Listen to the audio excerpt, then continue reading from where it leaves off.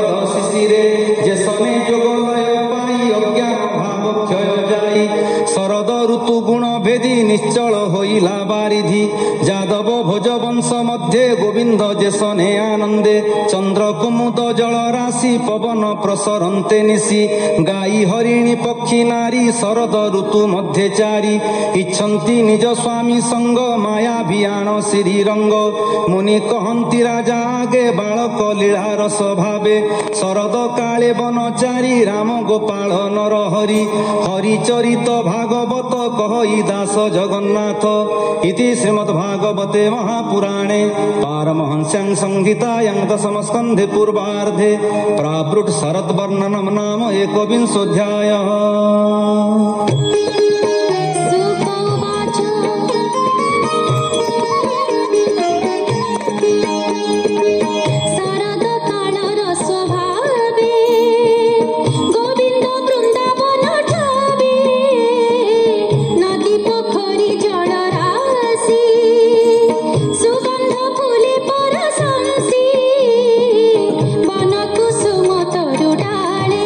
सुख कुकिल भृंग मेले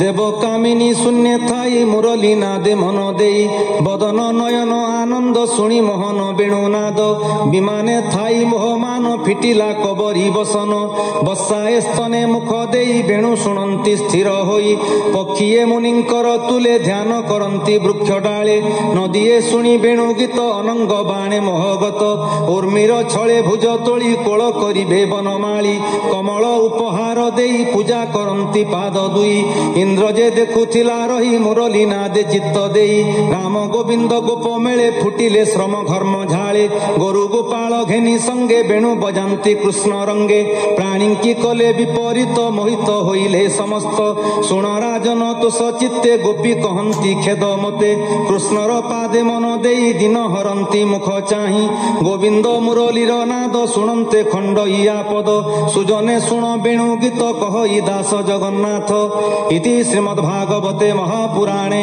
ପାରମହଂସ୍ୟାଂ ସଂହିତାୟାଂ ଦଶମ ସ୍କନ୍ଧେ ପୂର୍ବାର୍ଦ୍ଧେ ବେଣୁଗୀତମ୍ ନାମ ଦ୍ୱାବିଂଶୋऽଧ୍ୟାୟः।